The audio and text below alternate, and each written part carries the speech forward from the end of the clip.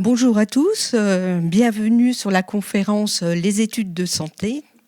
Je suis Sylvie Corr, donc directrice du CIO de Brest et chargée un peu d'animer ces différentes conférences. Donc pour cette thématique, nous accueillons, alors je vais commencer de gauche à droite, pour vous de droite à gauche, Cyrielle Tripier, étudiante en pharmacie, c'est bien comme ça que l'on dit. Ensuite, la professeure Sylvie Boiramé, donc directrice de l'UFR Odontologie à Brest.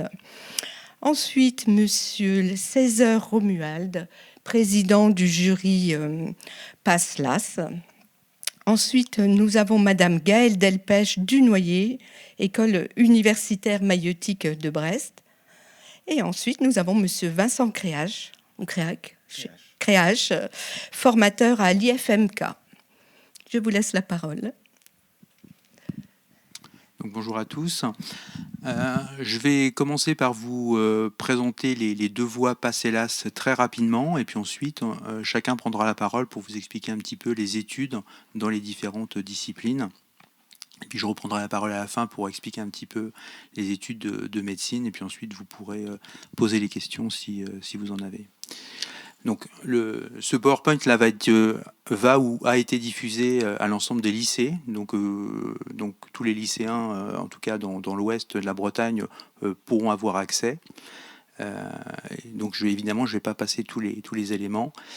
Je vais juste m'attarder sur cette diapositive où nous avons les deux voies d'accès, la voie PASS et la voie LAS. PASS, c'est la voie qui prépare directement aux études en santé. Mais il y a également une petite partie lors du deuxième semestre de ce qu'on appelle la mineure disciplinaire, c'est-à-dire qu'il faut choisir une autre discipline, qui peut être la philosophie, qui peut être la chimie, les sciences infirmières, qui va pouvoir préparer, en cas de non-sélection en santé par la voie PASS, qui va préparer à un accès vers une licence, où il y aura une deuxième chance d'accès en santé. Il y a toujours deux chances d'accès en santé, qu'on passe par une voie PASS ou par une voie LAS. On ne peut pas redoubler en PASS. C'est impossible. Donc, automatiquement, on ira en licence ultérieurement. Et puis, il y a deux validations possibles pour cette PASS. La validation de l'année, où il faut la moyenne générale, ce qui va pouvoir permettre d'aller en deuxième année de licence. Et puis, pour avoir l'accès santé, pour rentrer en deuxième année de dentaire, de maïeutique, de pharmacie, de kiné, de médecine, il va falloir être sélectionné en santé. Et là, le niveau est beaucoup plus important. On ne peut pas se contenter de la moyenne, on est bien au-dessus. La deuxième voie, c'est la voie LAS, c'est par la licence. Toutes les licences de l'université pourraient prétendre. Alors, il y en a quelques-unes qui ont été sélectionnées. Vous avez la liste. Alors, il y a le stand PASLAS de l'UBO en bas, où vous pouvez avoir toutes les informations que vous souhaitez. Donc il y a un certain nombre de licences qui permettent cet accès. À partir de l'année prochaine, pour vous lycéens, toutes les licences seront ouvertes dès la première année. Mais attention, il faut valider sa licence, mais les notes qui permettent de sélectionner, ce sont les notes du premier semestre. Premier semestre de la première année, ou premier semestre de la deuxième année, ou premier semestre de la troisième année. Et là, il faut des bonnes notes. Il faut valider sa licence avec 10 sur 20, mais il faut de très bonnes notes au premier semestre. Et puis, parallèlement, dans la voie PASS, on avait une mineure disciplinaire. Là, on a une mineure santé, mais cette mineure demande à avoir un bagage scientifique qui est non négligeable. Donc, par rapport à la PASS, il n'y a pas beaucoup d'heures de santé. Ça représente une cinquantaine d'heures globalement, mais ça représente beaucoup de travail, avec un bagage scientifique qui est important. Là, actuellement, il faut la valider, cette mineure. Demain, peut-être, elle permettra de sélectionner. Donc, ça veut dire qu'il faut là aussi avoir des bonnes notes. On peut redoubler en licence. On peut redoubler sa première année. Évidemment, en cas de redoublement, on ne peut pas repasser la sélection en santé. On ne peut pas faire deux fois dans la même année. Mais par contre, il y aura deux chances de sélection. En deuxième année ou en troisième année. Et de la même façon, la validation, il y a une validation de la licence qui permet de passer en année supérieure, mais il y a aussi la sélection pour aller en santé. Et ça, c'est bien deux choses différentes, que ce soit en PASS ou en LAS. Donc je m'arrête là pour PASS LAS, vous pourrez poser des questions, et puis en bas, on peut aussi répondre à toutes vos questions, et puis je passe la parole à ma collègue d'odontologie pour vous expliquer un petit peu le cursus des études. Merci Romuald. Bonjour à toutes et à tous. Donc, une fois que vous avez passé, que vous êtes accepté en deuxième année, au niveau de la faculté de chirurgie dentaire, qu'on appelle aussi la faculté d'odontologie, nous prenons 36 aujourd'hui, en 2023-2024, nous avons l'ouverture pour 36 places en deuxième année d'odontologie. Sur ces 36 places, il y a presque 2 tiers viennent de PASS, 1 tiers de LAS et quelques-uns viennent via une autre filière qu'on appelle la passerelle. Donc les études en odontologie, il y a un premier cycle, donc où en fait on va faire deuxième, troisième année, où en deuxième, troisième année, on est à la faculté, on a des cours théoriques, des travaux pratiques sur ce qu'on appelle des simulateurs fantômes, où en fait vous allez avoir plusieurs disciplines qui vont vous être enseignées. À l'issue de la troisième année, vous rentrez après en quatrième année, où là vous devenez étudiant hospitalo-universitaire, puisque vous intégrez le service d'odontologie, médecine bucco-dentaire et chirurgie orale du CHU de Brest. Et donc, en quatrième année, vous commencez à soigner des patients sous notre responsabilité, où on vous enseigne toutes les techniques, on vous accompagne dans la formation pour toutes les techniques que vous avez appris en deuxième, troisième année. Vous avez également des cours théoriques et à la fin de la cinquième année, donc c'est la fin du deuxième cycle, vous allez passer un certificat de synthèse clinique et thérapeutique et valider votre cinquième année. Une fois que vous avez validé cette cinquième année, donc il y a la possibilité de passer le concours de l'internat. Donc là, actuellement, il y a des réformes qui se passent et on va vers l'examen dématérialisé national. Et je pense que le professeur Césaire vous en parlera aussi pour les études médicales, puisque c'est vraiment calqué exactement comme en médecine. Donc, après avoir passé cet examen, cet internat national, vous avez la possibilité de faire soit un cycle long. Donc, on a 3 spécialités en odontologie.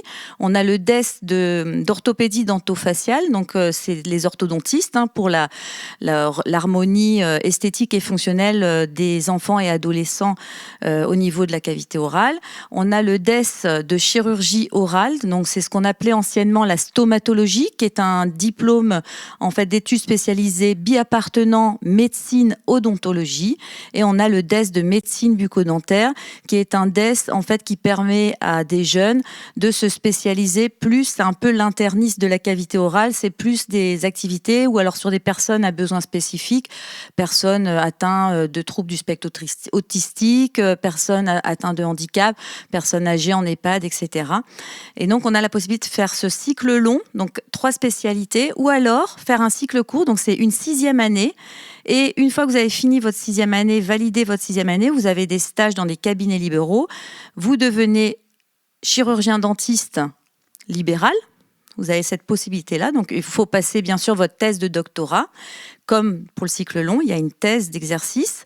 Et donc, après, vous avez cette possibilité d'être chirurgien-dentiste libéral, mais vous avez également la possibilité d'être chirurgien-dentiste dans des institutions comme la Haute Autorité de Santé, comme des instances comme l'Agence nationale de sécurité du médicament. Il y a également la possibilité d'intégrer l'armée en étant chirurgien-dentiste des armées sous contrat avec l'armée française. Donc, il y a plusieurs, en fait, possibilités de métiers quand on rentre dans la faculté de chirurgie dentaire, faculté d'odontologie.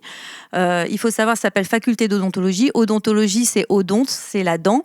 Mais la cavité orale, il n'y a pas que les dents. Il y a aussi la muqueuse, la langue, les maxillaires, les sinus, etc. Donc, en fait, on a un champ d'activité vaste. Voilà. Qu'est-ce que je peux vous dire d'autre ? Après, vous pourrez me poser des questions. Je crois que j'ai fait à peu près le tour. Il faut savoir qu'après, l'étudiant hospitalo-universitaire, durant sa 4e année, a une petite rétribution. Et puis après, quand il devient interne, il a aussi sa rétribution d'interne pendant ses études d'internat. Les DES de médecine bucco-dentaire et et d'orthopédie dentofaciale sont des DES en 3 ans, alors que le DES de chirurgie orale est un DES en 4 ans. Voilà, je pense que j'ai fait le tour un petit peu du panel des études de la faculté, de ce qu'on fait au niveau de la faculté de chirurgie dentaire. Vous avez également la possibilité, puisque moi également étant professeur des universités, praticienne hospitalière, vous avez la possibilité aussi d'être chirurgien dentiste hospitalier ou chirurgien dentiste hospitalo-universitaire ou chirurgienne orale comme moi hospitalo-universitaire. Et pour ça, il faut faire des masters. Donc, on est obligé de passer tout un cursus parallèle de master 1, master 2 et on passe une thèse de sciences. Donc, c'est une autre thèse, une deuxième thèse. Il y a la thèse d'exercice qui nous donne le diplôme de chirurgien dentiste et il y a la thèse après de sciences qui va nous permettre d'avoir une carrière de prétendre à une carrière hospitalo-universitaire. Voilà, je répondrai à vos questions après. Merci. Bonjour à tous. Donc moi je suis étudiante en quatrième année de pharmacie à Rennes. Je précise puisque j'ai fait ma première année à Brest et ensuite la faculté se situe à Rennes. Donc ce que je peux dire c'est que la deuxième et la troisième année de pharmacie ce sont des cours de formation générale sur les études pharmaceutiques. Donc on va avoir des choses très diverses et très variées, avec beaucoup de cours magistraux et surtout beaucoup de TP aussi, ce qui est un des gros points forts de notre filière, donc qui permettent de mettre plus en pratique la théorie qu'on voit pendant ces 2 premières années. Ensuite, on va avoir la 4e année de pharmacie où moi je me situe et où en janvier je viens de me filiariser. Donc en pharmacie, on a 3 filières principales. Donc l'officine, ce que je vous dis sûrement quand vous pensez à pharmacie, le pharmacien d'officine. Donc c'est 6 ans minimum et où du coup ça va être plus un métier de comptoir, mais aussi diriger un peu son officine et son commerce. On a aussi la filière industrie où là c'est peut-être déjà moins voyant pour les gens, donc dans les grosses industries pharmaceutiques et où pour avoir ce médicament à l'officine, vous avez toute une chaîne de production avant, avec des pharmaciens à chaque étape de production, donc au développement, à recherche et développement, marketing, qualité, pharmacovigilance une fois que le médicament est sur le marché. Et enfin, vous avez la 3e filière qu'on appelle internat et qui mène à l'hôpital, donc en pharmacie hospitalière ou en biologie médicale. Donc moi, je me suis filiarisée dans celle-ci, où vous avez un concours en milieu de 5e année qui est pour nous l'année hospitalo-universitaire. Donc le matin, on est à l'hôpital dans les services avec des pharmaciens et l'après-midi, toujours en cours. Donc si je peux un peu plus montrer sur les études, puisque les gens connaissent peu finalement, c'est des études très variées où on va voir, comme on est des professionnels de santé avec des patients qui peuvent venir avec ou un tout ou un rien, savoir un petit peu la physiologie du corps, les symptômes, mais surtout aussi le médicament, ce que ça fait dans l'organisme et toutes les classes de médicaments, tout ce qu'ils font et forcément des conseils officinaux et les plantes, les champignons aussi, des bactéries, des virus et tout ça pendant environ 3 à 4 ans. Et ensuite, on se spécialise vraiment dans ce qu'on recherche. Et donc, ça donne, comme vous avez vu, des métiers très variés dont on n'entend pas forcément parler. Il y a aussi des métiers dans la réglementation, dans les hautes autorités de santé et aussi dans des grossistes et répartiteurs qui fournissent les pharmacies d'officine. Et donc, avec des stages aussi beaucoup, donc en officine pour la plupart, même si on peut se débrouiller pour en avoir en hôpitaux également. Et en industrie, c'est plus difficile d'accès, donc c'est plus au moment de la filiarisation. Et je pense que j'ai plutôt bien dépeint le tout, et je répondrai aux questions surtout après, puisque c'est surtout ça qui fait que c'est pertinent à répondre.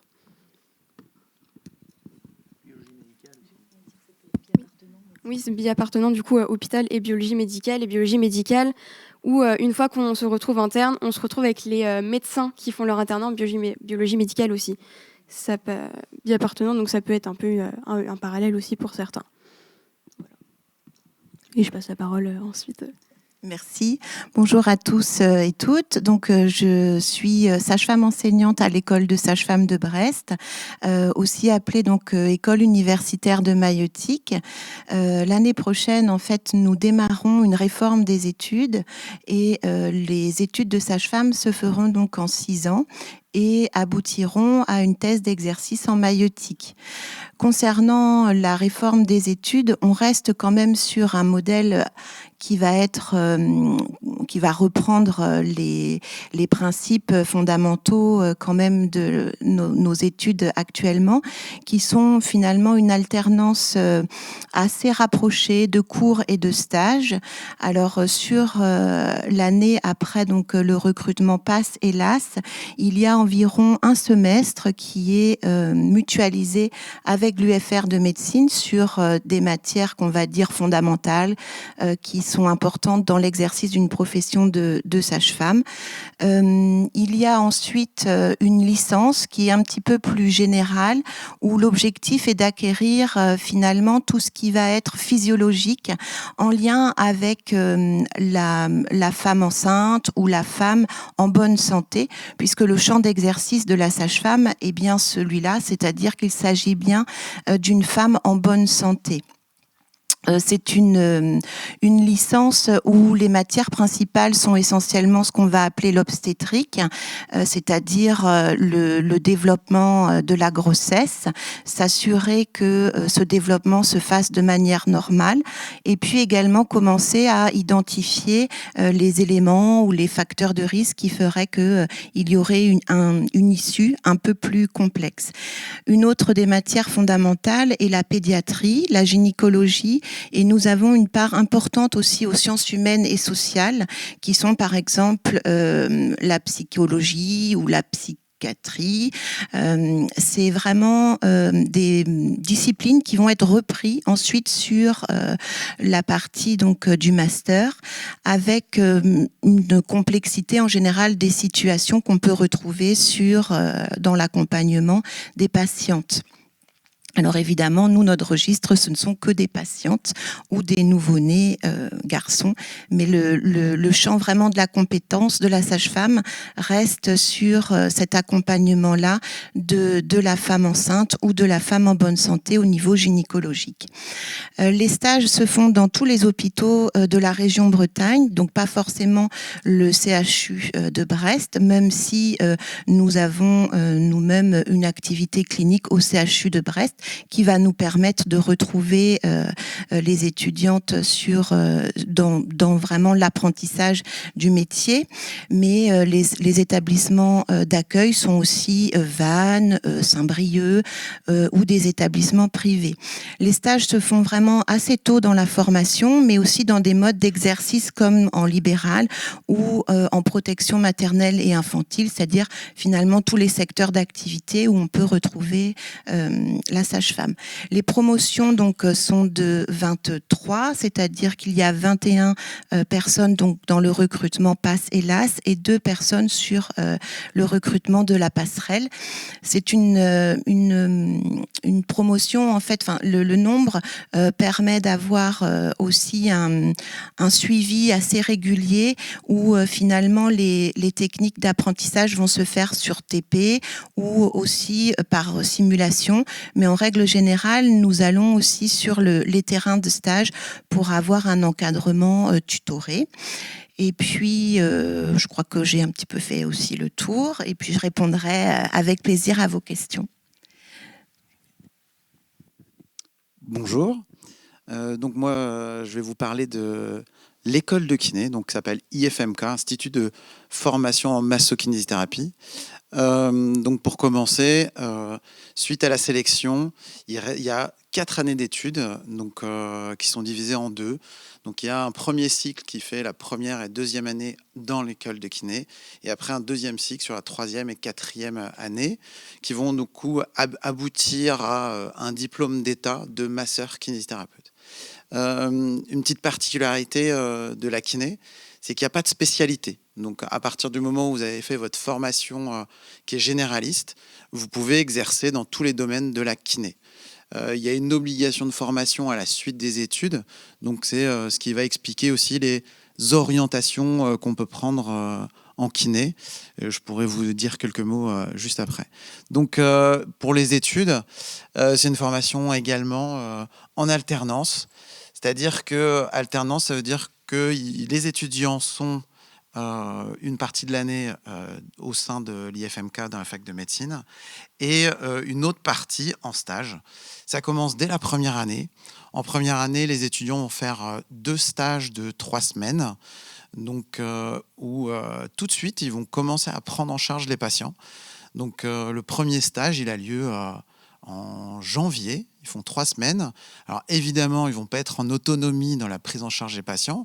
Ils vont juste faire des parties de prise en charge ou certaines techniques qu'ils auront appris dans le semestre avant d'arriver en stage. Après, il y a donc, je vous ai dit, un deuxième stage. En deuxième année, il y a 2 stages également, mais la durée augmente. C'est 2 fois 6 semaines. 2 fois 6 semaines également en troisième année.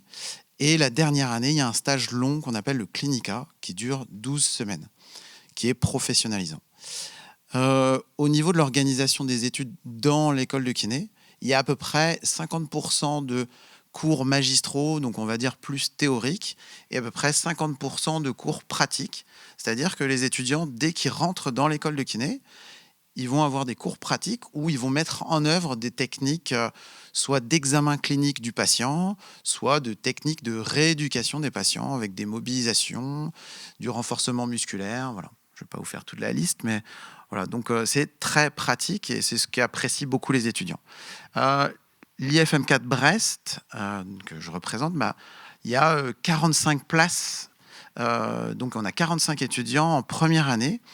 Donc c'est aussi un encadrement des étudiants qui est assez personnalisé, où ils ont des encadrements cliniques et aussi des encadrements pédagogiques, où ils rencontrent en tête-à-tête les formateurs 2 fois par an.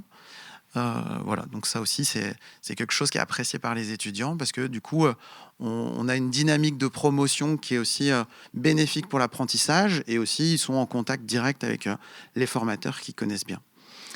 Pour les spécificités d'exercice dont je parlais tout à l'heure, donc la kiné, c'est très très large. C'est vrai que souvent on connaît son kiné en libéral.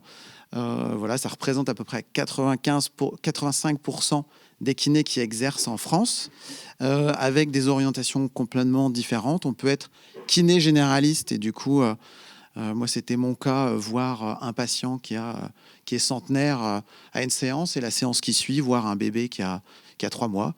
Donc c'est très très large.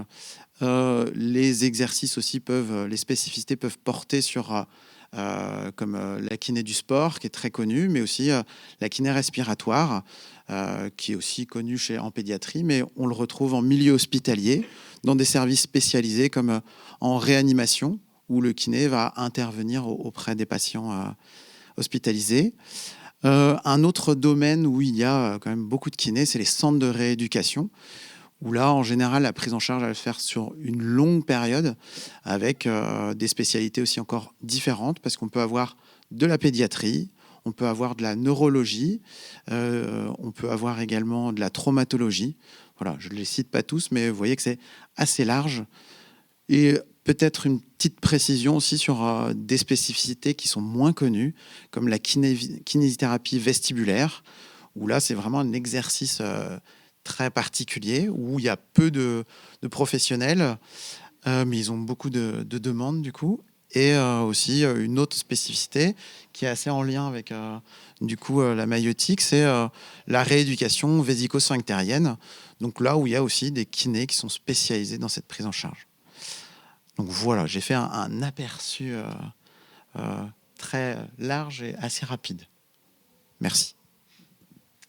Voilà, donc vous avez projeté là toutes les places qui sont offertes cette année, là en 2024, à la sélection. Vous pouvez voir également qu'il y a quelques places pour la psychomotricité qui est complémentaire, ce qui fait qu'on a pu transformer le cas de kinésithérapie en M de métier de la rééducation. Ce qui permet d'avoir quelques places supplémentaires. À l'école de psychomotricité, on peut rentrer par Parcoursup, et ça c'est une possibilité, mais sinon on peut avoir quelques places. Les études de psychomotricité, c'est en 3 ans, donc ça va être 3 ans après PASSLAS si on est sélectionné par PASSLAS, et c'est un métier qui permet de rééduquer, notamment les enfants en situation d'infirmité, comme motrice et cérébrale, et ou cérébrale. Donc il y a des activités aussi en libéral, quelques-uns, pas beaucoup, mais surtout c'est en centre médico-psychologique ou en centre de rééducation. Pour finir la présentation des métiers, je vais rapidement parler des études de médecine. Les études de médecine, il y a 3 cycles. Ce sont les études les plus longues de ce qu'on vous a présenté là, puisque le premier cycle comporte 2 années supplémentaires après PASLAS, où il va y avoir encore des sciences fondamentales, mais également l'apprentissage de la sémiologie. La sémiologie, c'est l'étude des signes qui vont amener à reconnaître une maladie. Donc c'est apprendre à écouter le cœur, les poumons, l'examen neurologique. Et puis ensuite, il y aura le deuxième cycle qui dure 3 ans, 4e, 5e et 6e année, où l'étudiant va être en alternance à l'hôpital et à la faculté, et là il va apprendre toutes les pathologies. En début de 6e année, et ça c'est la réforme récente de ce qu'on appelait la réforme de l'internat, pour pouvoir obtenir une place pour décider de sa spécialité, que ce soit médecine générale ou que ce soit de la biologie, de la chirurgie, toutes les spécialités médicales, il va y avoir des épreuves. Alors, les épreuves dématérialisées classantes, qui sont un examen écrit en fait, qui va permettre de classer les étudiants. Et puis en fin de 6e année, il y aura ce qui est appelé les écosses, en fait, qui sont des examens cliniques qui sont simulés, puisqu'il y a une grande part de formation en simulation tout au long des études de médecine. Et en fonction du classement aux écrits et aux oraux, et en fonction du parcours de l'étudiant, parce qu'il faut aussi avoir des bonnes notes. Si je veux être neurologue, il faut des bonnes notes dans les domaines de la neurologie. Il y aura un classement qui sera établi et l'étudiant pourra choisir à la fois sa ville et sa spécialité. Donc, je vais faire cardiologie à Brest, cardiologie à Marseille. Ce sera en fonction du classement. Et puis, une fois que c'est choisi, on rentre dans le 3e cycle, qui s'appelle l'internat. Et là aussi, il y a une réforme de l'internat. Ça va de 4 ans à 6 ans. 4 ans pour la médecine générale et certaines spécialités médicales. 6 ans pour toutes les chirurgies et quelques autres disciplines comme la radio et l'anesthésie, par exemple. Là, ça va être décomposé en 3 phases. Une phase socle, l'apprentissage de base de la spécialité. Phase qu'on appelle de consolidation, pour consolider les connaissances. Ça va durer 3 ans. Au bout de ces 3 ans, ce qui fera 4 ans d'internat, l'étudiant devra passer sa thèse d'exercice, thèse de médecine, pour être docteur en médecine, mais il ne sera pas encore spécialisé. Donc là, ensuite, il y aura la phase supplémentaire, qui est la phase d'approfondissement, qui dure 1 an ou 2 ans. C'est ce qu'on appelle, vous avez peut-être entendu parler, les docteurs juniors. Donc ils sont vraiment en dernière partie d'apprentissage. Et là, ensuite, ils pourront valider leur spécialité pour devenir neurologue, cardiologue, chirurgien orthopédiste ou autre. C'est pas forcément suffisant pour certaines spécialisés. Donc ensuite, on va parler d'un post-internat où on peut être assistant, on peut être chef de clinique, qui va permettre de consolider encore plus les connaissances. Et là, il y aura un choix à faire sur les différentes possibilités d'exercice. Aller en médecine libérale, dans une clinique ou un cabinet libéral en fonction des spécialités. Rester à l'hôpital pour être praticien hospitalier, ou rester à l'hôpital et à l'université pour devenir hospitalo-universitaire. Bien évidemment, ça représente une petite partie de la quantité d'étudiants qui font de la médecine. Donc voilà, ça c'est un aperçu très très rapide des études de médecine. Et je pense que maintenant on va pouvoir passer aux questions. Je ne doute pas qu'il y en ait un certain nombre. Donc, si vous avez des questions, je suis à votre disposition pour que vous puissiez les formuler.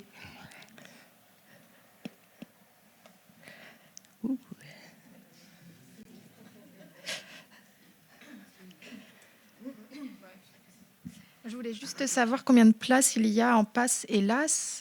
Et donc, parce que là, on a le nombre sélectionné, mais à la base, ils sont combien en PASS et combien en LAS? Alors, cette année, ils sont... On m'entend, oui. Ouais. Cette année, ils sont environ 700 étudiants en PASS.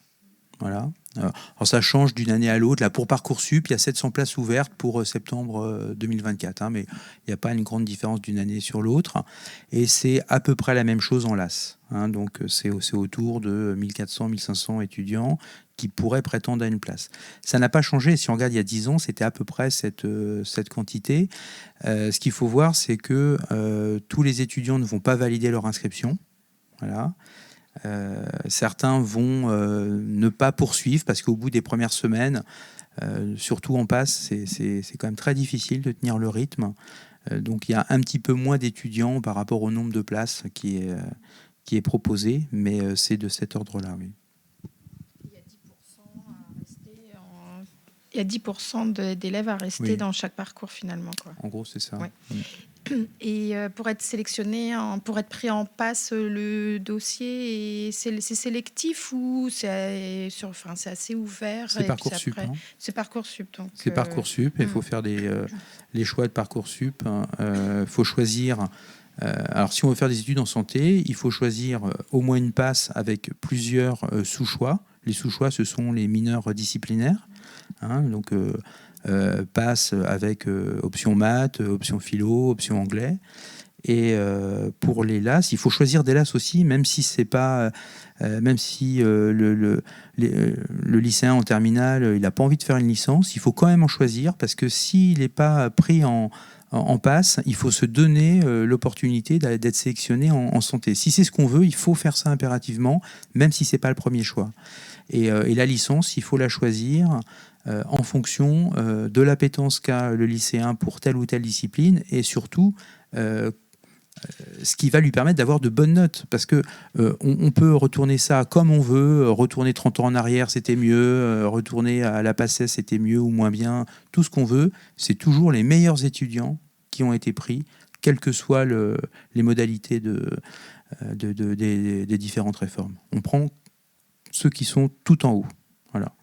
Donc, pour vous donner un petit aperçu, puisqu'il y a ceux qui peuvent rentrer directement en deuxième année, quand ils ont des très bonnes notes, c'est le niveau mention très bien, hein, la mention très bien du bac, ça pourrait à ce niveau de note-là.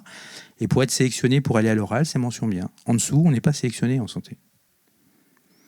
Il y a peut-être la pharmacie où c'est un peu plus difficile d'avoir des étudiants actuellement. Il y a des difficultés de recrutement au niveau national. Donc, ils acceptent des notes un peu inférieures. Mais la sélection sur le domaine de pharmacie en lui-même est tellement difficile que de toute façon, la sélection reste extrêmement rude.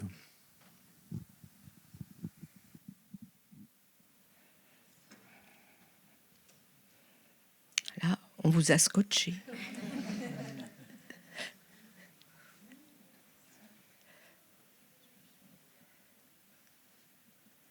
Pas d'autres questions ?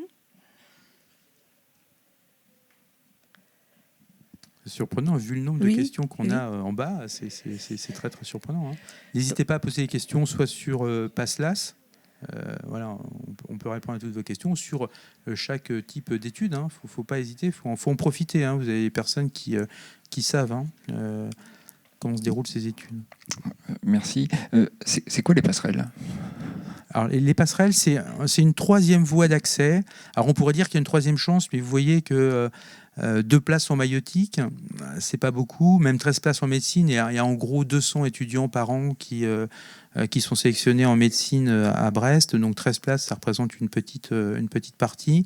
C'est ce qui permet à des gens qui ont fait d'autres voies, un doctorat d'université en sciences X ou Y, qui a fait une école d'ingénieur, voilà, une autre formation, qui se dit tiens, moi j'ai envie de faire des études en santé, il peut tenter la passerelle. La passerelle, c'est sur dossier. Donc les dossiers sont sélectionnés, puis ensuite il y a une audition des dossiers qui sont gardés. Donc en gros, sur ces 13 places, il y a une centaine de dossiers déposés, et puis il y a une trentaine d'étudiants qui sont, ou de personnes, parce que parfois ils ne sont plus du tout étudiants, qui sont auditionnés, et puis il y a 13 places. Voilà, cette année, c'est 13 places, et on peut rentrer soit en deuxième, soit en troisième année, en fonction du niveau d'études. Par exemple, c'est accessible aux infirmières, même les jeunes diplômés peuvent prétendre à une passerelle. Dans ces cas-là, rentreront en deuxième année puisqu'elles ont un niveau licence. À partir du niveau master, et c'est encore un peu juste, mais en tout cas le niveau doctorat ou école d'ingénieur, on pourra prétendre à rentrer en 3e année. C'est un peu une 3e chance, hein. Quelqu'un qui aurait fait, avec la réforme actuelle, 2 LAS, enfin, qui aurait été sélectionné, qui n'aurait pas eu la sélection Accès Santé 2 fois en LAS, poursuit ses études de licence, va jusqu'au doctorat et repostule pour une passerelle, ce serait possible. Ce serait possible au bout de quelques années, et donc ça fait 3 chances. Pour compléter, en fait, en odontologie, on a en passerelle de nos anciens étudiants, alors infirmières effectivement, mais on a également des ingénieurs Naval Group, ingénieurs dans des sociétés où en fait la personne a fait des études d'ingénieur sur la biomécanique ou quoi que ce soit, puis après la société privée dans laquelle elle travaille lui dit non, maintenant tu vas faire un peu plus de commercial, ça lui convient pas, lui c'était biomécanique et tout ça, donc il a passé la passerelle. Après il faut un dossier quand même conséquent et puis des motivations quand on passe l'audition, mais c'était juste pour vous donner un panel complémentaire de personnes qu'on peut avoir en passerelle. Aussi, c'est une 3e chance, mais faut pas l'envisager en premier. Parce que c'est très compliqué en fait. Nous, en kiné, l'année dernière, il y avait 90 dossiers et 20 personnes qui ont fait l'entretien, l'audition, là, pour 2 places. Donc vous voyez que au niveau statistique, c'est pas mieux. Et du coup, il faut en plus déjà avoir fait un parcours de formation avant, quoi. Donc, on l'envisage pas en première solution.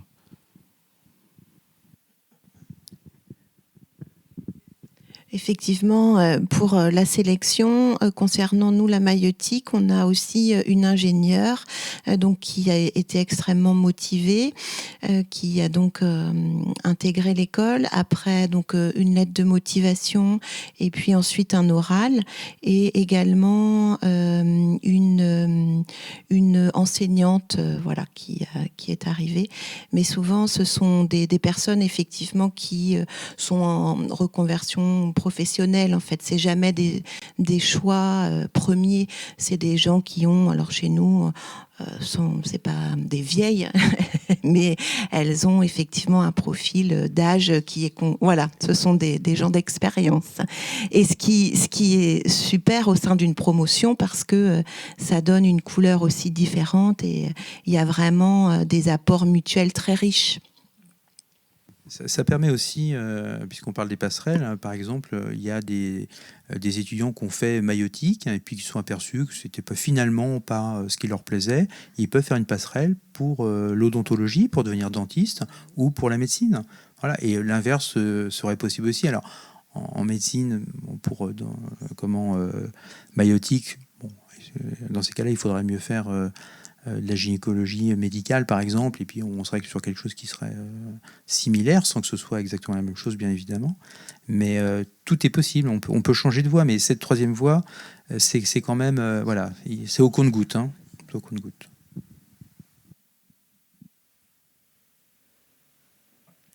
D'autres questions? Oui. Pour la kiné, vous avez dit qu'il y avait 45 places première année, et là, les sélections, c'est 26. Alors, je voulais savoir la différence. Je suis pas reparti sur ce sujet-là parce que c'est un peu complexe, la sélection en kiné. Il y a plusieurs voies d'accès, en fait. Il y a la voie d'accès principale qui est PASS-LAS. Donc, en fait, là, vous avez 19 en PASS, 7 en LAS. Et en fait, il y a une autre voie d'accès qui est STAPS. Donc là, la fac de sciences du sport, où là, il y a du coup 16 places. Voilà. Et du coup, les 2 autres places, c'était les passerelles. Les passerelles, ouais. Et il faut faire très attention pour cette sélection, puisque l'étudiant peut être en première année de STAPS et donc faire le parcours pour faire kinésithérapie, mais l'étudiant peut être inscrit en LAS de STAPS, et dans ces cas-là, il pourra prétendre à faire les études en santé. Alors là aussi, c'est encore complexe. Alors tout ce qu'on vous dit là, c'est pour Brest. Si vous décidez d'aller vous renseigner à Rennes, à Nantes, à Angers, à Tours, ça va être complètement différent. C'est-à-dire que par exemple à Rennes, pour faire des conférences communes avec eux, notamment pour ceux que ça intéresse la semaine prochaine à Lorient, les étudiants, en fonction de la localisation où ils vont faire leur LAS et au niveau de LAS, ils ne pourront pas faire autre chose que kiné, par exemple. Hein, donc c'est vraiment une organisation d'études, enfin d'entrée dans les études qui est très difficile, très complexe, mais bon, c'est pour essayer de recruter le maximum d'étudiants. Et puis je pense qu'il reste en France des écoles d'accès direct, j'imagine, Vincent. D'accès direct sans que ce soit passe là sous STAPS, il y a encore des écoles privées, je pense. Non, c'est fini. Non. Toute sélection en France est organisée comme ici, comme à Brest, sauf qu'il y a des différences au niveau de l'autre voie. Là, je vous ai dit, nous, à Brest, c'est STAPS, la 3e voie. Il y a dans d'autres villes où ça va être biologie en plus. Il peut y avoir une cohabitation encore plus complexe au niveau de la sélection, parce que du coup, il y aura des LAS STAPS et il y aura aussi des STAPS, mais il y aura la même chose en biologie, par exemple. Donc, c'est encore plus complexe. Ouais. Mais pour ce genre d'informations, n'hésitez pas à aller au stand, parce qu'en plus, vous pouvez discuter avec des étudiants qui ont fait les différentes sélections. Du coup, eux, ils vous parlent des différentes sélections en détail.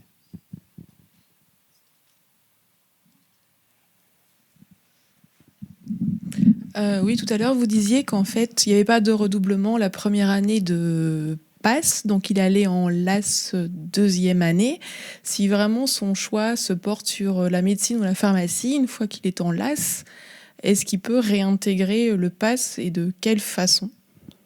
Ou c'est tant pis, quoi. Jamais. Jamais. PASS, c'est une fois et en tant que néo-bachelier. Un étudiant qui fait une année de césure entre le bac et l'entrée aux études ne peut pas faire PASS. Donc PASS, c'est une fois. D'accord. C'est pour ça qu'il faut bien choisir sa mineure, parce que la mineure va amener vers la licence. Et c'est en licence où il y aura la 2e possibilité de sélection. Et un étudiant qui aurait des difficultés en PASS, qui devrait faire annuler son année, va en licence, et puis il aura 2 chances en licence. Ah oui, il a quand même 2 chances en licence après, en fait, de pouvoir faire sa... Il a 2 chances en licence s'il n'a pas tenté de chance en PASS, si la chance a été annulée. Sinon, c'est soit une fois PASS, une fois LAS, soit 2 fois LAS. D'accord. Mais PASS, il n'y a pas de redoublement, c'est un accès qui est très, très privilégié actuellement. Hein.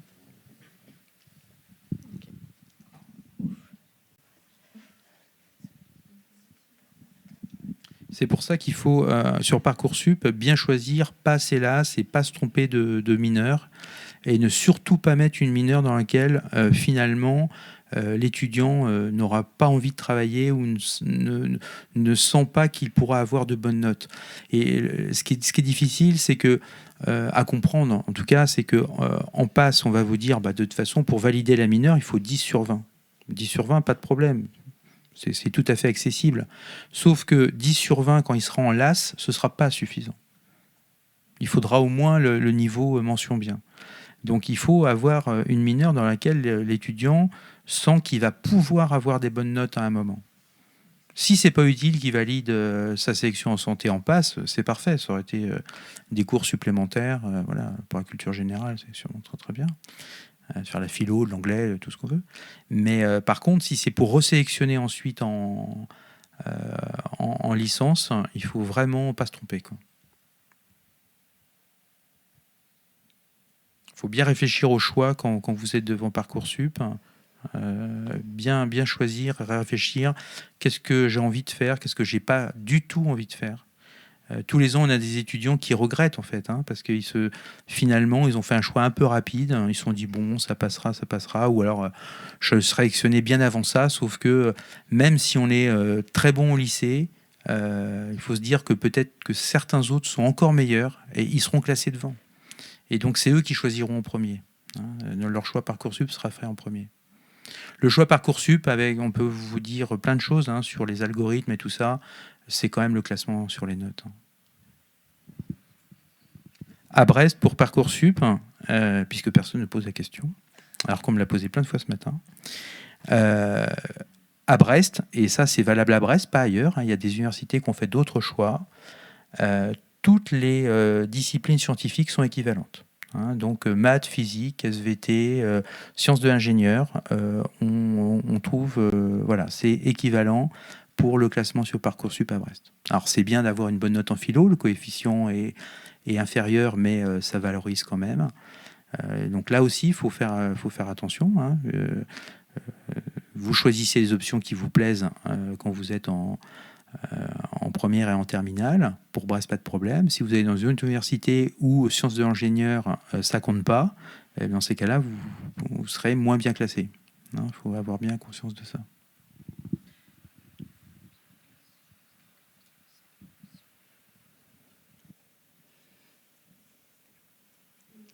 Attends. Merci.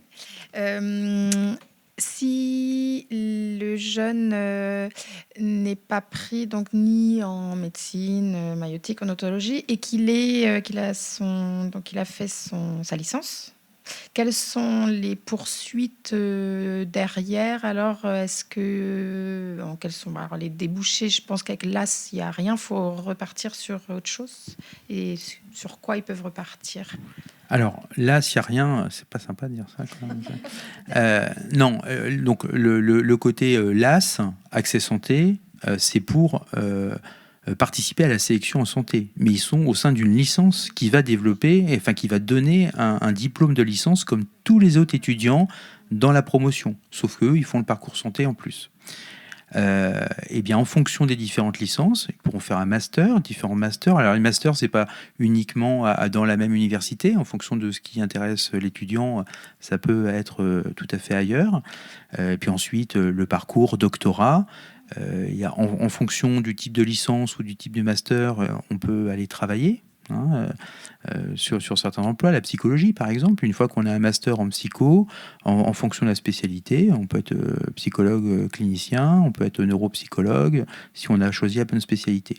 Et puis, donc tout ce qui est sciences, mathématiques par exemple, alors je m'avance pas trop parce que c'est pas mon domaine privilégié, mais il y a une possibilité de faire valider pour rentrer dans une école d'ingénieur, qui va être un peu l'équivalent d'une classe prépa.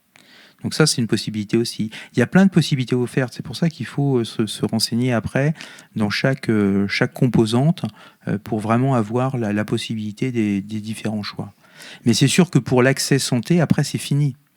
Il y a une possibilité, une fois qu'on est en master, de repostuler quand on n'a pas tenté sa deuxième chance, mais c'est très compliqué, c'est pas sur les notes de master. Enfin bon, ça c'est vraiment que des cas exceptionnels. Mais quand il y a un cas exceptionnel, faut contacter directement les scolarités pour expliquer son cas personnel. On a des étudiants quand même qui ont un parcours un petit peu compliqué, qu'on fait plusieurs licences pour revenir ensuite dans l'accès santé. Enfin, tant que vous n'avez pas épuisé vos deux chances, le voyage peut être long.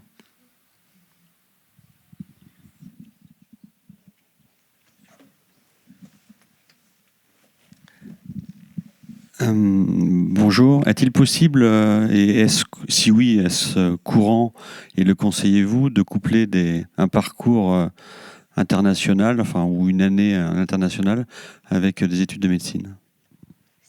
Alors là, vous parlez une fois que les étudiants ont été sélectionnés. Oui, tout à fait. Parce que PASSLAS, c'est pas recommandé quand même, vu la quantité de travail. Attention au LAS, il n'y a pas d'aménagement possible, il n'y a pas de validation d'UE en dehors de la fac dans laquelle on est inscrit. Donc ça, c'est très clair. Ici à Brest, normalement, c'est très clair. Les options internationales sont sorties des parcours accès santé. Ensuite, c'est le choix de l'étudiant. Ça, c'est valable dans toutes les disciplines qui sont là. Il y a des stages possibles à l'étranger. Effectivement, si l'étudiant fait Erasmus, il peut partir jusqu'à 1 an à l'étranger où il pourra valider des unités d'enseignement, puisque là, il peut y avoir des compensations. C'est tout à fait possible. Après, il y a des stages qui peuvent être plus courts. Juste pour faire un stage d'été ou quelques semaines, ça c'est tout à fait faisable. Ça dépend du choix de chacun, évidemment. Je ne vais pas vous dire que c'est pas enrichissant, c'est enrichissant d'aller voir ce qui se passe ailleurs, peu importe d'ailleurs le type de pays, que ce soit des pays qui soient plus équipés que le nôtre, il n'y en a pas beaucoup quand même, ou moins équipés que le nôtre, c'est toujours très intéressant, bien évidemment. Il y a des étudiants qui, entre la terminale et... Je ne dis pas qu'il faut le faire, hein, je ne dis pas ça. Hein, il y a des étudiants entre la terminale et la PASS ou la LAS vont à l'étranger, dans un centre médical, alors souvent dans des pays qui sont un petit peu moins dotés que nous, pour avoir une petite expérience dans le domaine de santé. Hein, je pense que ça, c'est valable pour toutes les études. Merci. On a pour Erasmus, par exemple, en odontologie, des échanges avec des facultés de chirurgie dentaire à Cluj, en Roumanie. On a également un partenariat avec l'Université de Laval au Canada. Donc, en fait, on reçoit aussi des étudiants du Canada chez nous. On a des étudiants qui vont aussi là-bas. Enfin, donc, c'est soit sur un semestre, soit sur 3 mois. Et puis, on est en train de voir aussi pour prolonger pourquoi pas sur une année. Et si je peux rajouter quelque chose sur la pharmacie, donc Erasmus, c'est possible aussi en pharmacie, donc notamment des étudiants en 3e année qui sont partis en Espagne, et plus précisément pour la filière industrie.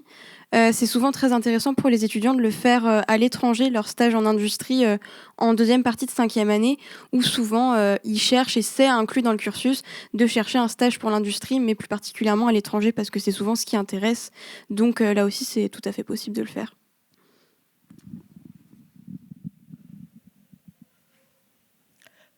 D'autres questions ?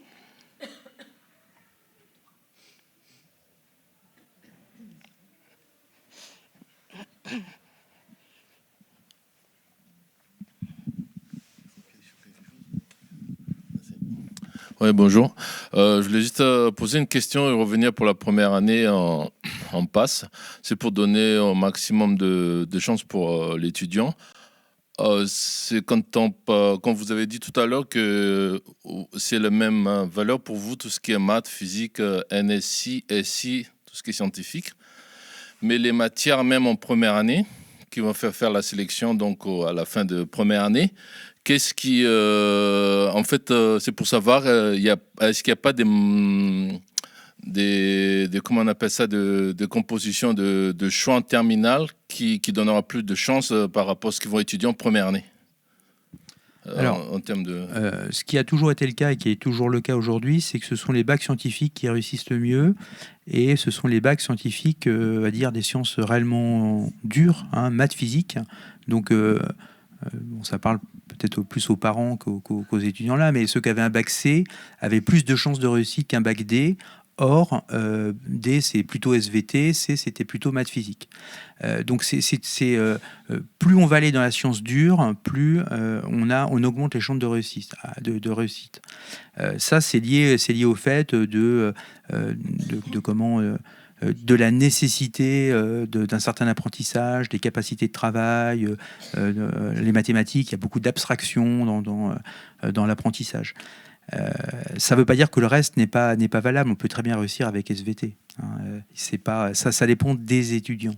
Hein. C'est pas problématique. C'est pour ça que nous, on a fait le choix ici, à Brest, de les rendre équivalentes pour la sélection, parce qu'on sait très bien que quelqu'un qui va avoir fait SI, oui, évidemment, il ne va pas retrouver ça en PASS. Évidemment. Un petit peu, s'il fait une LAS un peu qui va se rapprocher de sciences de l'ingénieur, bien qu'il n'y en ait pas réellement sciences de l'ingénieur, mais ça va aider quand même d'avoir fait ça. Hein. Il n'y a pas que la connaissance pure, hein, il y a aussi les techniques de travail et puis la façon d'appréhender tout ça. D'autres questions ? S'il n'y a pas d'autres questions, on va peut-être pouvoir parler du tutorat. Hein. On a nos 3 étudiants ici en bleu, là, les petits schtroumpfs, qui sont vraiment dévoués. Hein. Ce sont des étudiants qui sont dévoués pour aider ceux qui sont en PASS et en LAS à réussir. Ils les entraînent, ils sont au quotidien avec eux et ils sont très en lien avec nous. Moi, je passe, je peux dire, hein, plusieurs heures par semaine avec eux. Parfois, c'est dur. Hein. Parfois, c'est dur.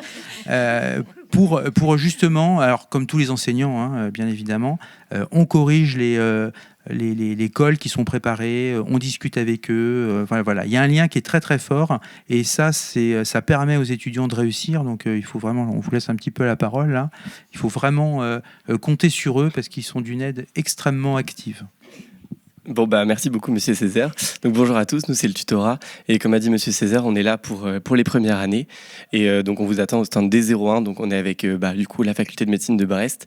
Et donc, c'est juste pour vous dire qu'on est une asso étudiante, du coup, pour aider vos enfants pendant cette année. Et qu'on est la seule préparation aux études de médecine et de sciences de la santé reconnue par le ministère de l'Enseignement supérieur et de la Recherche et bien soutenue par tous les professeurs de la faculté. Donc, toutes nos préparations aux examens sont relues. Donc, c'est vraiment une fierté pour nous. Et on propose tout un panel d'accompagnement. Donc, on vous invite notamment à découvrir l'école, les examens blancs, la pré-rentrée et tout autres événements qu'on organise. Donc, venez en parler avec nous. On est plusieurs en bas avec les vestes bleues à pouvoir répondre à vos questions avec plaisir. Alors moi j'ai une question concernant ce tutorat. Est-ce que vous intervenez déjà l'année terminale ou c'est juste à la pré-rentrée de PASS ? Alors, pour les lycéens, on propose une journée qui est le 9 mars du coup cette année à la faculté de médecine de Brest. Donc, on propose toute une journée avec notamment des conseils méthodologiques, mais aussi un rappel sur les parcours PASS-LAS et des conseils méthodologiques, des échanges avec des étudiants et aussi une première approche sur les cours pour un peu découvrir ce que c'est que la biochimie, l'anatomie, la physiologie ou encore les autres matières. Et aussi pour les parents, un temps d'échange avec des parents d'élèves qui ont vécu cette année pour un peu savoir comment s'orienter et s'engager dans cette année un peu compliquée. Sinon, vous pouvez aussi retrouver dans les prochaines semaines sur notre site, donc Tutorat Santé Brestois, un guide d'entrée dans les études de santé qui est assez fourni et qui recueille aussi des témoignages dans lesquels du coup vous retrouverez des exemples d'étudiants qui ont passé par cette année et qui vous dit un peu comment envisager cette fin de lycée et le début donc des études. Aussi, pour ceux qui vont rentrer en septembre en PASS ou en LAS, on propose à la dernière semaine d'août un stage de pré-rentrée complètement gratuit et ouvert à tous.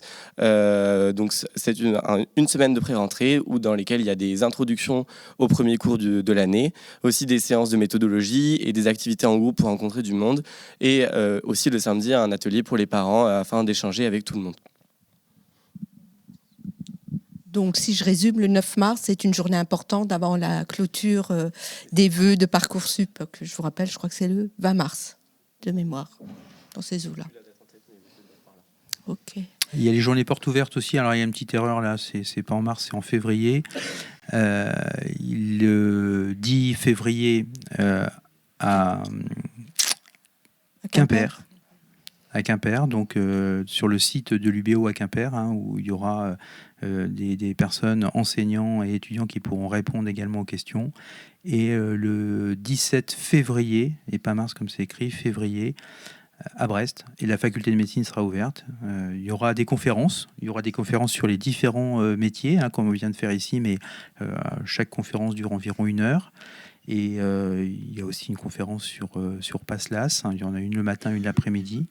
Et vous pourrez éventuellement voir, aller dans certains laboratoires qui sont ouverts pour visiter et puis voir s'imprégner un petit peu du milieu en santé. Écoutez, je vous remercie pour toutes ces informations denses. À mon avis, il va falloir regarder la vidéo en replay pour intégrer toutes ces informations. Je vous remercie et bonne visite en tout cas pour Azimut.